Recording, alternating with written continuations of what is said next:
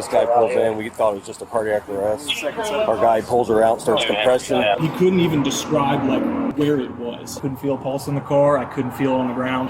When I started CPR, that's when I noticed the puddle of blood like on the back of her head just kept pouring out and getting bigger. God, it was awful seeing her laying there in the sun. And I'm like, why in the world would you do this? And he said to put her out of her misery. On September 7th, 2025, 77-year-old Gerald Olin Finley pulled a silver minivan into the rear lot of a fire station in Deerfield Township, Ohio, then walked around to the front door and rang the intercom. He was vague, only that someone behind the station needed help and that it would be easier to show them. He led 2 firefighters out back to the van where 79-year-old Amelia Vinicour sat unresponsive in the passenger seat. Crews began life-saving efforts, but as they worked, they realized her injuries were not medical in nature. This guy pulls in. We thought it was just a cardiac arrest. Our guy pulls her out, starts compression. Blood just starts pouring from the back of her head. He said, what happened? He wasn't really saying nothing. And finally I said, what happened, sir? And he was like, I shot her.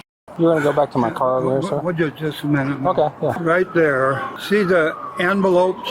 She's Jewish. And Jewish Family Services. I've got some money that I'd like to get to them. Okay. If you would, grab that envelope there. Okay, we'll handle that in a second. Just walk back to that cruiser over there. I told you where the guns are, right? The green bag? Yeah, the green bag. Okay. They're loaded, too. Okay. Somebody pat you down already? Yeah. Oh, man. Would you please? Yeah, we'll get in a second. Okay, you'll see the water is in Okay. We have a few things we got to do before the water, all right? Oh, this ain't no room back here. No. You have to angle yourself in there. Not yet. Yeah, let's go ahead and do that because I want to find out where the scene is. Yeah. I'm sorry, what's your name, sir? Gerald Finley. Gerald Finley.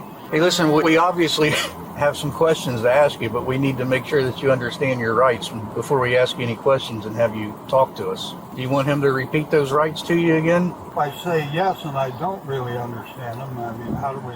Well, if you don't understand them, we're probably not going to ask you any kind of questions. Well, that would be a good idea. Okay. If I could ask you just one question that doesn't, can we ask you where this happened at? I'm not going to ask you anything that would be incriminating or anything like that, but if there's another scene that we need to go to, we need to go there. It was in the car. It was in the van. Okay. Right here or just in the van in general? All right, well, we're not going to ask you any more questions, okay? Did we run him at all? Or? Yeah, let's go ahead and do crime scene tape. I don't know if we have any other. Did he say that he understood his rights? No. I went ahead and just asked him if there was another scene we needed to go to. Right. And he said no, it happened in everything in the van. Okay. He said that the gun and everything's still in there too, in the green bag.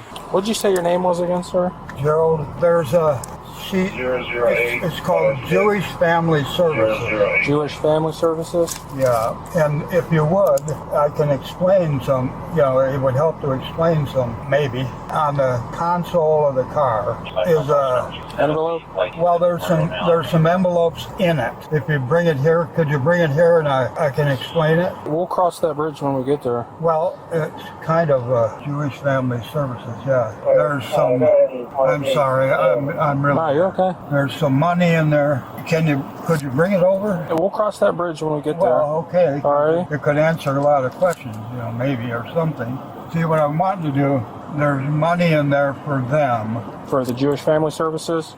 Yeah. Okay. And to have them put together I'm sorry, man. No, you're okay. Head problem. Yeah. Have them put together a funeral for her. Okay. All right, hang tight, okay? Yeah. Log down all the firefighters that were in there, and we'll put us in there. Okay. As far as their times, I guess you would just put time of dispatch for all the firefighters. Time in? Yeah, and then time out whenever you guys got here, I guess. Okay. As soon as I heard gunshot, I'm like, the CIS has got to come. My idea, you guys can do what you want, but since there's you and Jack, and there's 4 of you guys, 4 deputies, I think. Person started a crime scene log from nobody's been in there since we realized what was going on. Okay. So I thought maybe you or Jack would probably be the best ones to complete. It's easier if the same person does the log the entire time, logging people in and out. Yeah. This is your immediate crime scene area. I left it open right there. so you wouldn't have to be logged in and out if you every time you walk into the No, that's firehouse. fine, yeah. Where's she shot at? I think the head. Looks like it. Where's he at? Back of my cruiser. Back of that cruiser there. Okay.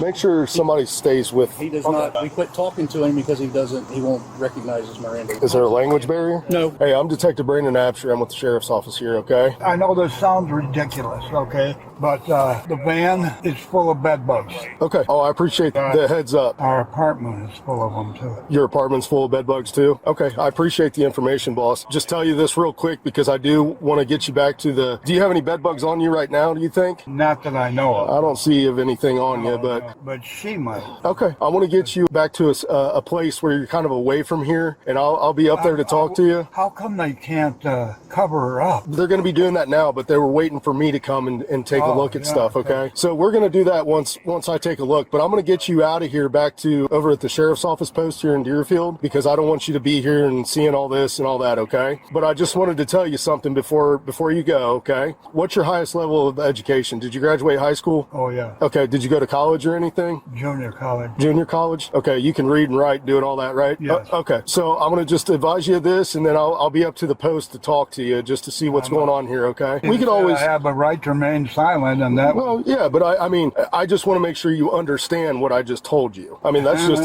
Now, will I violate my right to remain silent? I mean, it's up to you. I'm not trying to be a hard...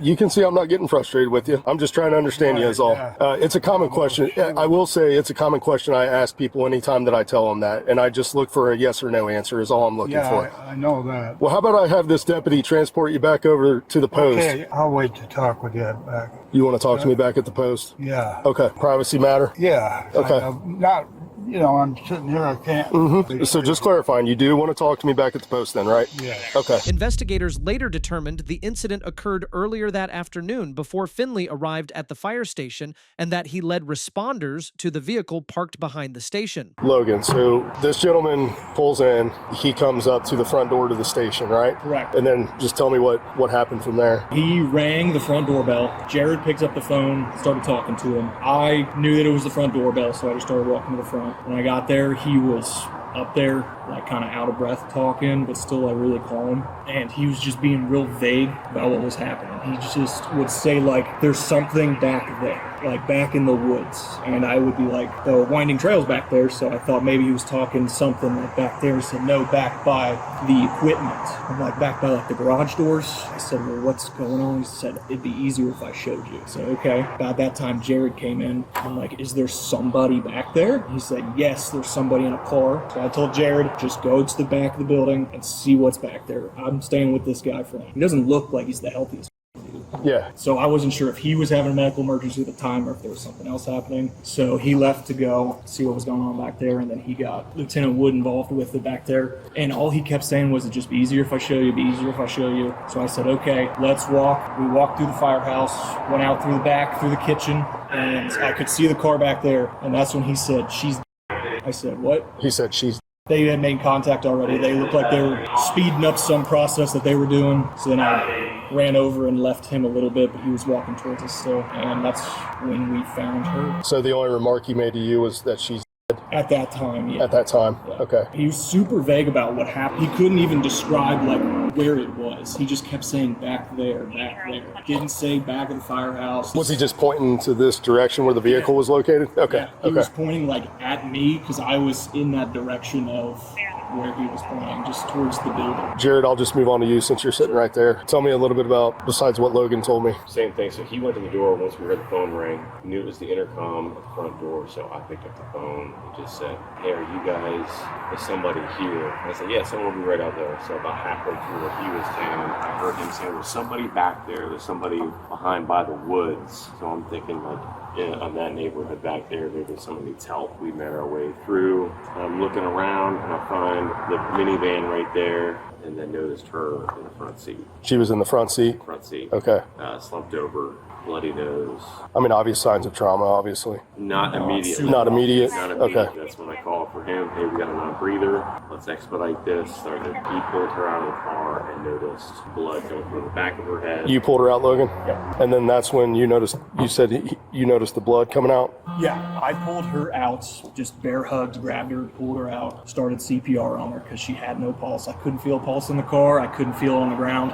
When I started CPR, that's when I noticed the puddle of blood, like on the back of her head, just kept pouring out and getting bigger. But I didn't notice any blood in the vehicle, aside from some dried blood like on her nose. So no spatter on the headrest or anything that caught your attention right away? I was down there doing CPR and saw the blood and massive amounts of it coming out. I looked up in the car and there's like a mist up on the ceiling. On the ceiling of the vehicle? And then I asked him, I said, what happened to her head? What happened to her head? Because something happened to her head. There was like some blood over on like this left portion of her temple that looked oddly placed. I don't know if that was the entry wound or not, but I couldn't feel for like an exit wound if it was just small. My fingers didn't go into her head or anything. She's got some sort of massive head trauma that just happened. Okay. Anything else from you? Did you hear him saying anything at that time? Like was that he was speaking to Chief Connor. Okay. I'll separate the interview so that way I can keep them organized. So tell me your involvement and what you heard and saw and stuff like that. We were told by Jared that, hey, we got somebody in a car out back. I'm like, okay, so I followed Jared out. As I came out, I could see in the front passenger that there was a female slumped in the chair. At that time, I got on the radio, dispatched, actually doing the intercom, saying, hey, we've got a possible cardiac arrest in the back lot. Jared opened the door, checked for a pulse. At that time, when I saw Jared checking for a pulse, I looked to my right, and walking down the drive was the driver of the vehicle, including Logan as well, walking around the firehouse. Jared said no pulse. That's when I switched to county, called out cardiac arrest, non-breather in the back. As we're working through, Logan got her to the ground. I walk over, start grabbing gloves, equipment, also doing radio traffic with county, stating what was going on. As we started working her, that's when I could also hear, hey, I shot her. Then from there, we continued, decided, hey, no obvious signs of life. We need to call medical control. Jared made the call to a doctor,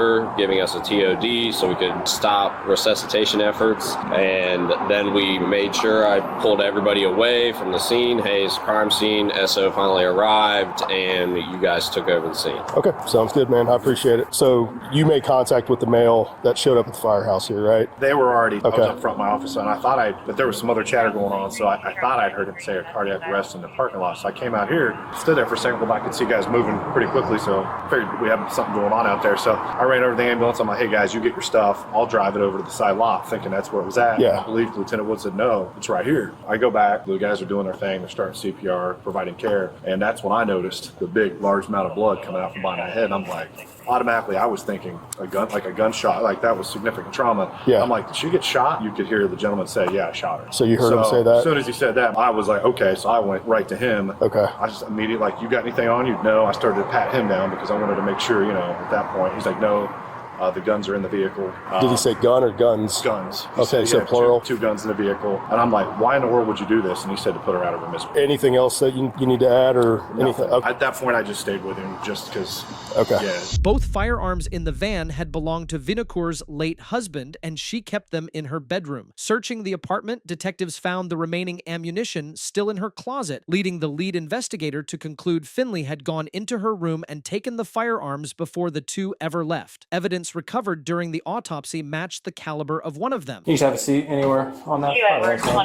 You got one of those things that yeah. The taser? Yeah. Yeah, that's what this one is. Oh, okay. Yeah. Have you ever, I'd heard that they do you guys so you know what. Yeah, I got it. It was miserable. It locked me up and hurt. Uh-huh. God, it was awful seeing her laying there in the sun, uncovered, man. It's just protocol. This is what we had to do until a detective gets there. Were you ever in the service? What branch? The Army. How long were you in for? Still in. I'm still in the National Guard. Been 8 years. Yeah, I was in 66 to 68, combat engineer, Vietnam. I joined engineers because of combat engineering, so. To read the rights. Mm-hmm. First one, I think, is that you have a right to remain silent. Then when you get done, you ask, do you understand these rights as I read them to you? I don't know. I'm going to exercise my right to remain silent. Promise to tell the truth, the whole truth, nothing but the truth. People say yes. Well, there's two kinds of people that will say yes. People that are going to tell the truth and people that aren't going to tell the truth. Yeah. So to have him swear that oath is meaningless. Finley was charged with aggravated and felonious assault. He described it as a mercy he had been considering for about a week, but he could never name a single illness she had, and the autopsy found none. He pleaded guilty and was sentenced to 18 years to life.